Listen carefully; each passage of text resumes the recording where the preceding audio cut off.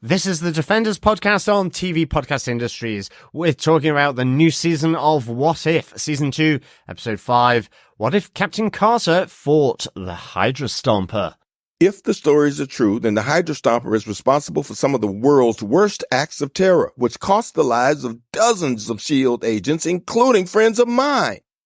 Fury, Steve would never do that. He would if the Red Room was in control.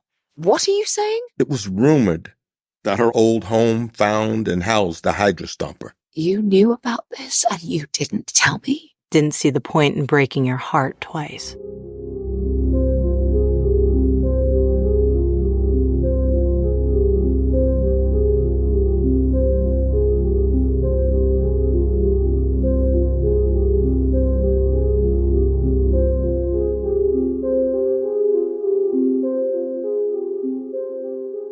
Welcome back, fellow Defenders, to this episode of the Defenders podcast on TV Podcast Industries. Yes, we're looking at Season 2, Episode 5, What If Captain Carter Fought the Hydra Stomper? I am one of your stomping hosts, John. And I'm your other host, Derek. Happy New Year, everybody. Happy New Year. We are in 2024 now. We are. Another year over, a new one just begun. Yes. That's what you were going to sing. That was it. Yeah, thought so. You couldn't remember, could you? No, I couldn't. But yes, fellow Defenders, Happy New Year to you indeed. We hope you had an excellent New Year's Eve and are in fine form moving into the new year. And of course, all the best for 2024. Absolutely. And we're starting it the way we always do, with a brand new podcast. We are indeed, yes. You know, there are flavors of the MCU. I always like to say, people always got into this whole thing about the superhero genre getting tired. But I always said if there were movies that were doing something different, they can be superhero movies, but they can do something different.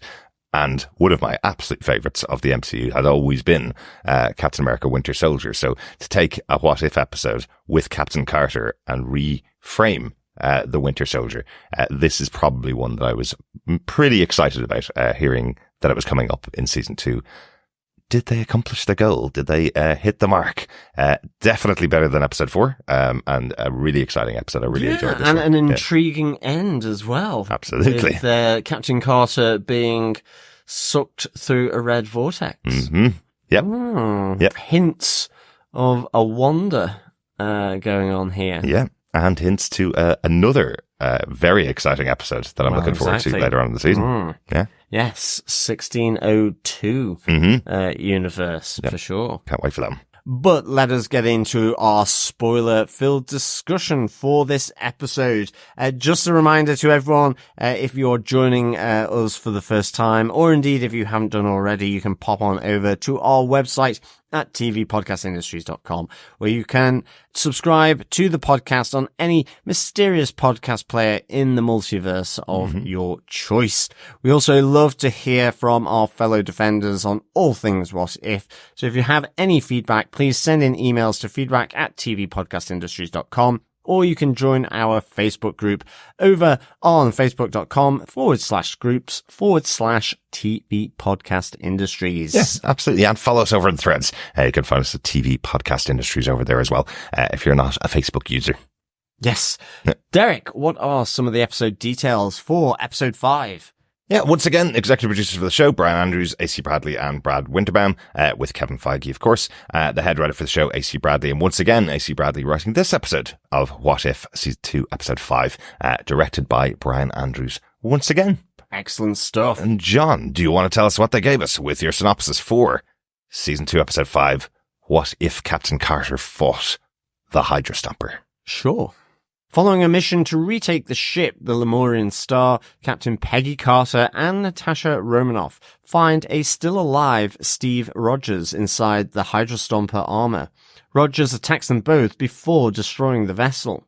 A briefing with Nick Fury leads Romanoff to deduce that Rogers, who went missing in 1953, was brainwashed by agents of the Red Room.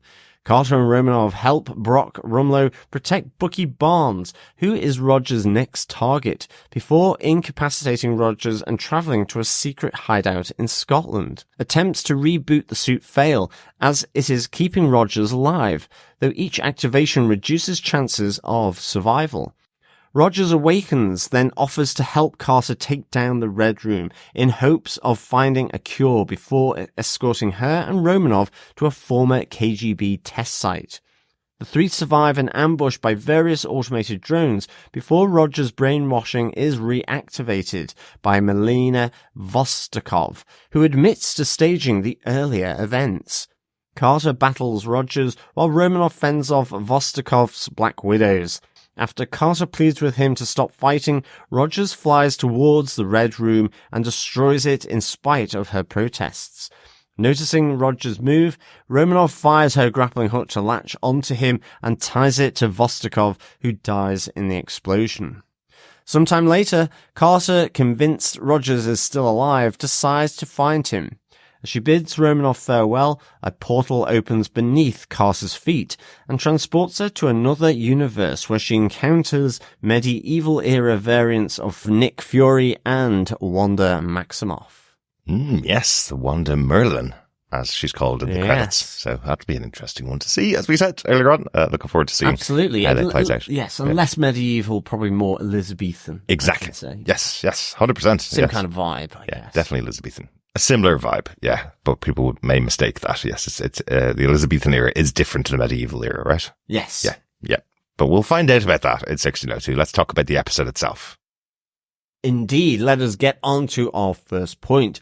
What if we had seen this before? Mm-hmm. What are the cinematic universe references for this episode of What If? Mm-hmm. But actually, before getting into that, we do have the What If Season 1 finale being referenced here right at the start, where Peggy Carter heads to the same universe as Natasha Romanoff. Exactly, because her universe had been destroyed, right? Yes. So she couldn't be put back there. So I like it at the beginning where the Watcher is saying that he doesn't do sequels. Sequels are not a thing that he's interested in doing, but there's not very many universes that have Captain Carter in them, and she is a friend of his. So he wanted to tell another story of Captain Carter. So I kind of like that at the beginning, that we have that kind of self-referential piece where he's kind of going, well, it is kind of a sequel. Exactly. And hence why ultimately then in this universe of Natasha Romanoff's, we have, this storyline then is referencing their version of Captain America Winter Soldier as well, which is kind of interesting. But rather than the Winter Soldier, we have the Hydra Stomper. Exactly. And not being piloted by Bucky, but within it is contained a kind of brainwashed Steve Rogers. Yeah. Who had disappeared many years ago on a mission to take out different Hydra sort of units and bases in Argentina. Yeah, kind of. Yeah, they kind of say that he was on the missions of taking out multiple bases for many years, for those 10 years. With Bucky. So the two of them had set up their two-man army, I guess, to take out as many Hydra stations as possible. Interestingly, that kind of weaves into the background of the episode, because I think, anyway, they were very successful in taking out Hydra bases and Hydra places, because we don't have the underlying threat within the Winter Soldier of Hydra taking over S.H.I.E.L.D. here. Yeah, exactly. S.H.I.E.L.D. is still very much active.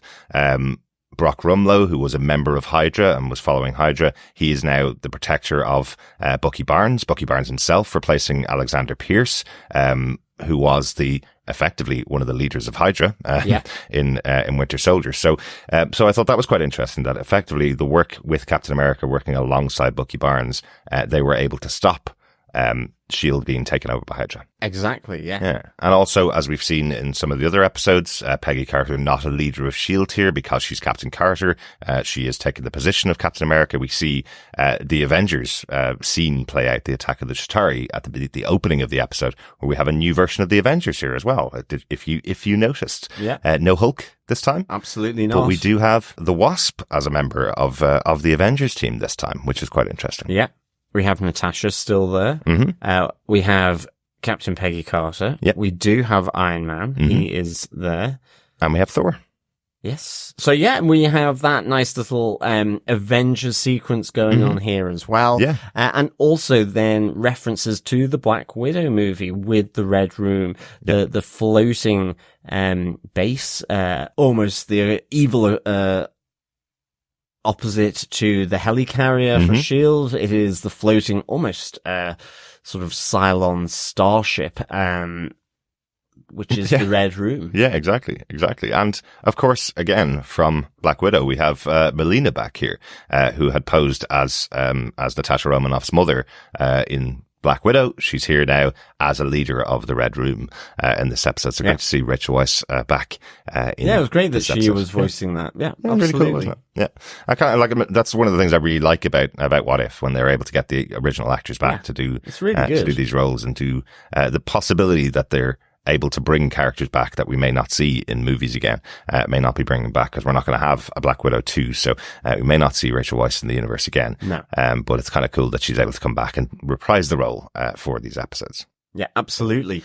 But shall we get onto our second point? What if there was a small change? Yeah. The premise of the episode. This is an interesting one, because this is a sequel, as called out by the Watcher. The small change happened really in the previous episode, back in the first season, where Peggy Carter went through the change, became Captain Carter, and landed up in our time as the woman out of time, as the traveler going into the future. So that change has already happened, but the additional change is, after being left behind, Steve Rogers and Bucky Barnes teaming up and finished destroying Hydra bases together as a team. So that's kind of the additional change, and it is Steve Rogers who's captured, brainwashed, and becomes this agent of... Well, they say killed. So yeah, they believed killed. Yeah, killed, and there is the reference that the Hydra Stomper suit is keeping him alive. Yes. So every time they reboot, there's a danger that it won't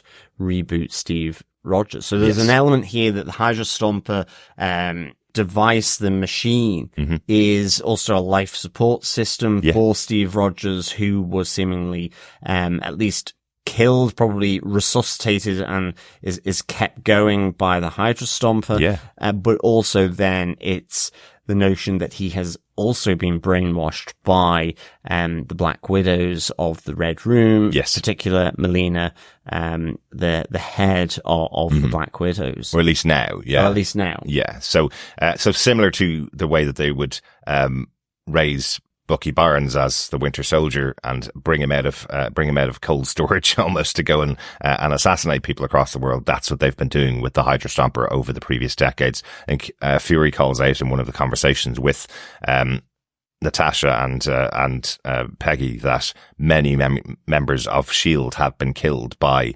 the Hydra Stomper. Yeah. He doesn't want to believe that it's Steve Rogers, that Steve Rogers will be coming out and killing friends of his, effectively. So they never wanted to bother Peggy Carter with the possibility that it could be Steve Rogers, that this person that's assassinating people throughout history, throughout the last 50, 60 years, could be Steve Rogers, that there's potential that he's still alive. Yeah, so, absolutely. So yeah, that's quite interesting. Yeah, I mean, I thought the action sequences here, we have it sort of around the Lemurian Star. We have it around S.H.I.E.L.D's headquarters, the Triskelion. Yes. We have it above the KGB sort of model American town as well. Yeah. Like, it's really good action. I thought so, yeah. Very airborne as well, with the Hydra Stomper being able to fly. Certainly, I thought that was just really, really good, the animation of it. I absolutely loved the eerie nuclear horror of the model American town with the animatronic people, all just really, really creepy as these animatronic figures, you know, the unblinking dead eyes, really creepy. It's like, I love America, all this kind of stuff. Would you like some ice cream? Yes. Yeah, you know, oh, what a lovely baby. You know, all these just kind of platitudes being done. This kind of former KGB testing ground for infiltrating into, you know, the American town, during the Cold War. So I really liked Natasha's kind of, joke about why it's so bad, because they didn't actually have cable TV from America. So they only had a couple of reference points to build this off of. So that was quite a good little joke as well. But I did like that, you know, it's kind of, you know, that typical thing where sort of Steve seemingly is, you know, is conscious and free of his brainwashing. Him and Peggy are talking, and then they turn around and there's suddenly all these animatronic figures are facing them, and then suddenly become, you know, devices for firing the electronic shock and sort of stun shots that you see Natasha do. Yes, the widow's bites. Yeah. Yes. So you know, it was really, really good. I really enjoyed that. I loved that kind of aesthetic. It was really, really well done. Yeah, absolutely. I like the conversation between Steve and Peggy, getting a moment back together again. You know, it's the eternal kind of relationship between the two of them always seems to have so much misery to it, because they always seem to be torn apart and broken apart within these stories. But I thought it was a really nice moment to have the two of them together. But I suppose that it does give me a little question of, was Steve in control there? Did Steve come back? Was he the one that was actually talking to Peggy in that scene? They play it off that it's all part of the plan. The whole point was to get Peggy Carter. Yeah. Is this a brainwashed Steve that's talking to her, saying whatever he needs to get Peggy on board? Or was Steve actually free for a minute until the Hydra Stomper suit came back and took him over again? I have the feeling that he was in control in that moment, because he does try and fight off the animatronics, and then it shuts down and comes back again. Yes. And I think you do have Melina saying, you know, it was all a plan, and that, you know, his brainwashing has taken effect again. But the plan all along in players was this distraction in order to get Captain Carter and Natasha to this model American town in Sokovia. Yes. Yeah. Yeah. Get it.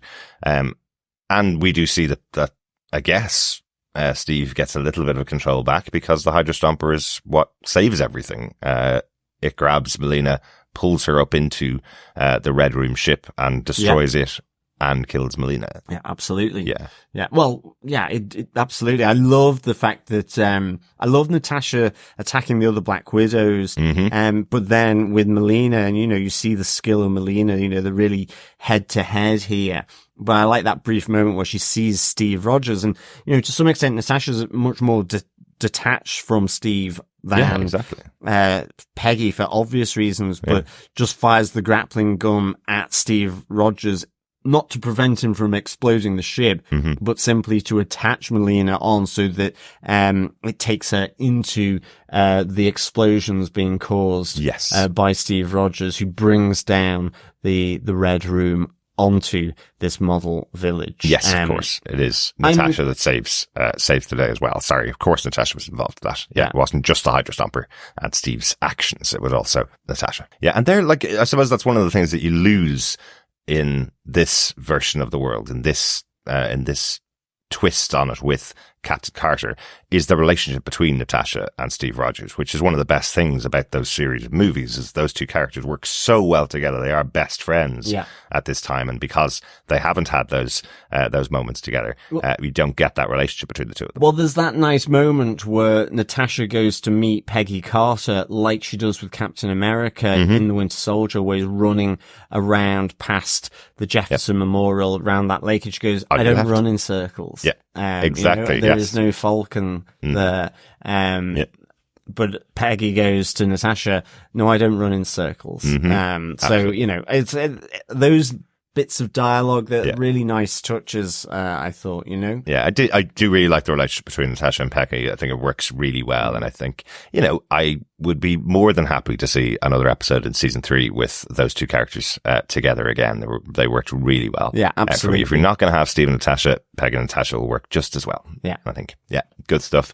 Anything else about the episode you want to call out, John? Anything else you want to talk about from the episode? No, I think we can go on to our third point. What if the universe was changed forever? What would be so different? Yeah, what's the big change here after the events of this? I suppose differently to all the rest of the episode, this is the one that has a kind of a post-credit moment or an end moment that stops the universe from changing even further, which is that Peggy is once again pulled out of time and space. Yeah, exactly. And I think that's it. I think the focus of it on Peggy Carter, I mean, ultimately the change, as you say, happened within season 1. So, you know, the change here is that they have Captain Carter as, you know, their primary Avenger, not Steve Rogers. Yeah. You know, there's been a different path here. So it's all very much, Peggy Carter focused. Yeah. But similarly, then the change is that Peggy once again gets pulled, you know, out of her time, which is a new one from her original, and into a web of Elizabethan hey nonny nonnies from you know, Sir Nicholas Fury and the great court wizard Wanda Merlin. Yes. So I suppose that's the big change. That's what we're going to see in the future this time. So that's the unusual part about this, is that it's going to lead into another episode later down the season. So I suppose we already talked about some of the changes that have happened in this universe. You know, Hydra seems to have been stomped out by the Hydra Stomper. That changes quite a significant portion of the history of S.H.I.E.L.D. Interestingly. The fact that Bucky Barnes is now in the very high position that he's in, which obviously he never got to be because he was being used as the Winter Soldier. But Melina makes a reference there, to the fact that even Russian girls want to be like Captain Carter. That's really interesting in and of itself, because if you remember in the first Captain America movie, it's Captain America, and he is a symbol of American freedom, of American, belief systems, whereas Captain Carter has always been Captain Carter. She has a British flag on it because she's British, but she works for an international group. It's not about the American value system. So that's inspiring people around the world. Well, and as Melina says, you know, you're the epitome of womanhood and science. That's what she represents. Exactly. And as I say, even Russian young girls and women want to be like her. Yeah. I mean, even just, you know, when Melina arrives, she says, I don't know whether to kiss you, kill you, or dissect you. And Peggy goes, perhaps it'll be all three. Exactly. And she goes, oh, there's a thought, you know. So there is almost a begrudging sort of respect for her. Absolutely. Here, you know. And it's almost like if Melina can harness that power herself for the Red Room, then they could get even more supported and more people to follow along with them. So interestingly, AC Bradley on Twitter after the episode came out, the writer of the episode, talked about the fact that she'd received a lot of messages asking about Hope Van Dyne as the Wasp being a member of the Avengers here, because there's nothing mentioned about it. It's just Captain Carter sending off everybody on their various missions. The Wasp comes in and she sends the Wasp up into the sky, exactly as Steve Rogers had done in the Avengers. But she talked about why Hope Van Dyne is a member of the team, and she says, well, how did that happen? Well, since Captain Carter, a woman, ended World War II, the feminist movement occurred immediately after the war. This had a ripple effect across all of society, leading to more female S.H.I.E.L.D. agents, heroes, and women in positions of authority. If you look at the strike team around minute 12 of the episode where Brock Rumlow comes in, there's many more women in those positions. Since Peggy Carter wasn't around to found S.H.I.E.L.D., that responsibility fell to Hope's parents, Hank and Janet, and also Bucky and his good friend Howard Stark. All this led to Hope taking on the Wasp mantle much earlier. Some other tidbits from the episode: Bucky survived the war and became a Jimmy Carter-esque elder statesman. Howard didn't die in 1991. In my mind, Howard was a better father and had a closer relationship with his son. Tony and Bruce are always and forever the mad genius science bros, at least in my mind, says AC. And finally, the Captain Carter biopic was a musical, but sadly not a Broadway play. At least not yet, she says. Excellent. So I really like that. That kind of gives reference to all those things that are mentioned in the episode. They call out, do you want to go to Stark or to Banner, to help get Steve Rogers out of the Hydra Stomper suit. So the two of them have started working together as science bros within the universe, which I like. But we don't have Hulk Banner in the episode reference, but he is a very big and well-known scientist, apparently. Yeah. So really like that. Some nice little notes from AC there. Yeah, absolutely. Good stuff. Well then, with that, Derek, do you defend episode 5 of season 2? What if Captain Carter fought the Hydra Stomper? I kind of reveal my thoughts up front that there are various flavors of the Marvel Universe. This is my favorite flavor. Captain America, Winter Soldier, with Captain Carter instead of Steve Rogers. A whole love story between the two of them in the middle of it. Natasha Romanoff and Peggy Carter being really good friends. All that stuff works really well for me. And referencing other movies that we haven't seen much of since they were out originally, like Black Widow. Bringing all that together in this great big melting pot worked really well for me. I loved this episode. This is definitely my favorite so far of the season. Really, really enjoyed it. So lots more Peggy Carter to come. I'm really glad we're going to see her again later on in the season when we get to 1602. That'll be lots of fun to see how she plays in that world, because what I presume is going to happen, given that she's just been pulled through at the end of the episode. But really cool. And what a great cast here. Getting everybody back again, getting Samuel L. Jackson back, getting Rachel Weisz back, getting almost everybody back. Of course, as we mentioned before, we'll never have an episode of this show featuring Scarlett Johansson as the Scarlet Witch. She's not coming back to the show. She's always said that she's not going to do it. Like Belle, doing a pretty good job voicing Natasha Romanoff and getting very used to her voice. So very used to seeing her or hearing her play this role. So overall, really, really good. Loved it. I would love to see more. If they were going to do another spin-off like they're doing with Marvel Zombies, I wish it was a spin-off with lots and lots more Captain Carter. Yeah, excellent stuff. How about yourself, John? Do you defend this episode of What If? I do defend this episode. I'd give this 4.5 raining red rooms out of 5. Very yeah, nice. I really enjoyed this. I loved the switch up. I love Winter Soldier as a movie, so I like this change an awful lot. I really enjoyed connecting back in with the Red Room as well. I loved the all-American town in Sokovia, just the creepiness from the animatronic figures, Steve's sacrifice of himself to bring down the Red Room. I loved all of this. Thought it was really, really good. I loved the take on primarily Winter Soldier here. So for me, 4.5 raining Red Rooms out of 5. Fantastic. Great stuff, John. Usual question to end off the episode. What if we had some feedback? Well, surprisingly, we do. Yes. Excellent stuff. First up, an email from Coffee and Vodka says, "Greetings, fellow embattled defenders. The animation, music, and sound design on this one were exceptional for a show already exceptional in these regards. Fluid fight sequences, excellent voice work, and Captain Carter's welcome anytime they want to feature her. My only problem with this one was how easily the bad guys and gals fell to the widow stings, where our champions were able to mostly tough them out. Not counting the failed Bechdel test, as it's a love story and all leading up to 1602, which somehow falls outside alternate realities and timelines. If the Watcher's reaction is anything to go by, the game is afoot and a shield. 4.5 Steve Doors, Red Rooms, and Murderous Mannequins out of 5. Peace and take care. Coffee and Vodka." Excellent. Yeah, I suppose we do see Natasha fall pretty quickly to the widow bites. It's Yes, definitely. Captain Carter that doesn't, and she is a super soldier, so she does fall. She doesn't reach the Hydra Stomper, which she's trying to reach to get Steve there. So she doesn't fall immediately to the widow's bites, but again, she's a super soldier. She should be able to survive a few more of them than the members of the Red Room team, I guess, the widows.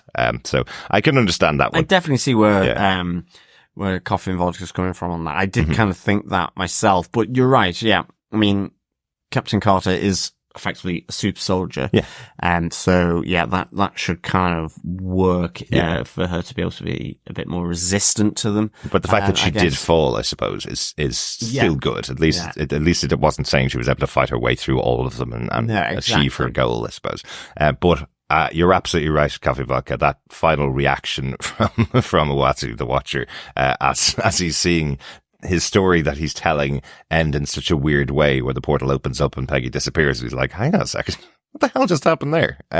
So he has no idea what's happening. This isn't part of his story, this tale as Peggy's being dragged into 1602. Something else is happening here, that he's not aware of, which is, always interesting when the watcher doesn't know what's going on, right? So, that's going to be interesting to see how that plays out. Absolutely. Well, I mean, that was really intriguing, in terms of that ending. So I really enjoyed that as well. Yeah. I'm totally with Coffee and Vodka about those fluid fight sequences. It just looks so well done. Yeah, there's a great moment when, on the ship when, Natasha and Peggy are running away and Peggy does a cool twist through a hole in the fence and Natasha jumps over the top of it as the explosion's coming towards them.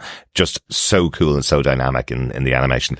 There were two, one in the town in Sokovia, one on the ship as well. Yeah. Really good. And the one where Peggy and the Stomper are falling back down to Earth after the incident at the Triskelion, and Black Widow sort of being able to scoop them up inside one of the SHIELD jump ships. Yeah. So I really like that. That's very cool. Yeah, very cool. Thanks, Coffee and Vodka. Yeah, thanks, Coffee and Vodka. Over on our Facebook group, Heather Wallace says, this is the episode I was waiting for and it didn't disappoint. I like how Peggy and Natasha slot into the friendship dynamic of Steve Sam. More proof that Steve with a beard is the best Steve. Cap in Infinity War is and always will be the best. More star-crossed lovers, heartbreak and a mystery at the end.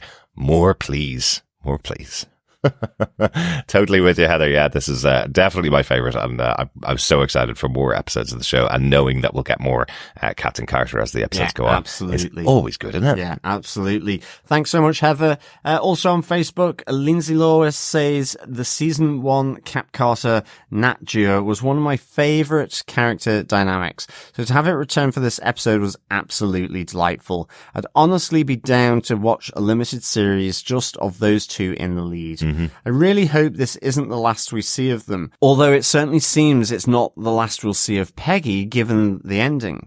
Very excited to see where it all leads, if they at all pick it up at later episodes. Well, I'm sure they will. They definitely will. So yeah.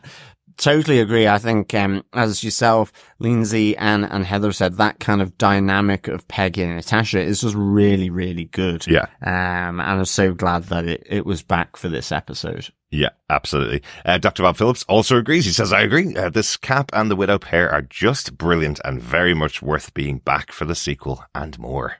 Great stuff. Thanks, Dr. Bob. Thanks, Dr. Bob. Joe Herbers says, fun, but a bit too much punching and blasting for me. It's the big action episode. I really enjoyed it. I thought the action was stomping. Too much stomping. It might be too much stomping. Yeah. That might be it. A lot of stomping. Well, thanks, Joe. Yeah, thanks, Joe. And finally on Twitter, Matt Murdoch says, I'm here for a whole Natasha Peggy What If saga now. My favorite episode of season 2 so far. Yeah.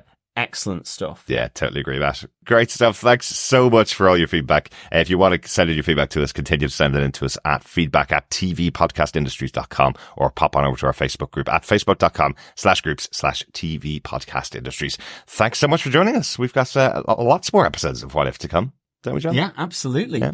And we will be back next time to chat about What If Season 2, Episode 6. What if Kahori reshaped the world? Ooh, the new MCU character. Yes. Very, very interesting. So, good stuff, fellow defenders. We'll be here for Episode 6. But in the meantime, keep watching, keep listening, keep defending, and of course, keep stomping. Bye. Bye.